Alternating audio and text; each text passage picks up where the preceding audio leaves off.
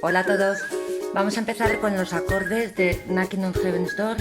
Eran el Do, que poníamos el dedo 3 en la cuerda 1 en el traste 3. Luego era Sol, que poníamos el dedo 1, cuerda 3, traste 2, dedo 2, cuerda 1, traste 2 y dedo 3 en la cuerda 2, traste 3. Y después venía Re menor, ponemos el dedo 1 en la cuerda 2 en el traste 1. El dedo 3 en la cuerda 3 en el traste 2.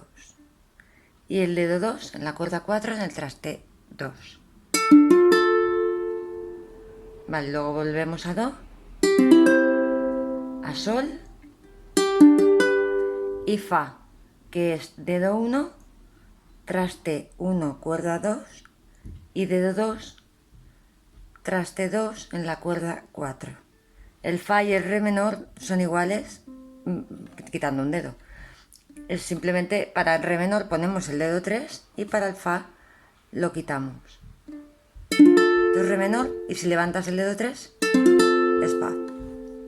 Vale, entonces la canción sería con el ritmo sencillo que os comenté.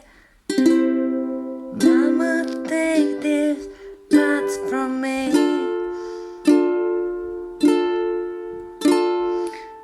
Do. I can't Sol use it Fa anymore. Do. It's dark Sol. Do that to sing. Re menor. Do. Feels like I'm knocking Sol on heaven's door. Fa.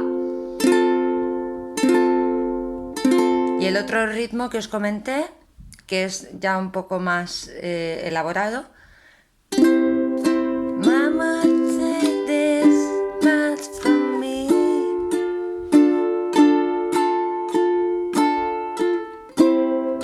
I can't use it anymore.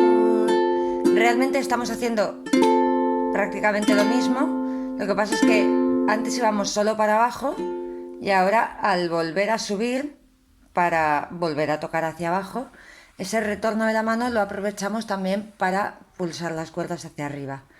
Hacia abajo yo las pulso con estos dedos y para arriba utilizo el pulgar.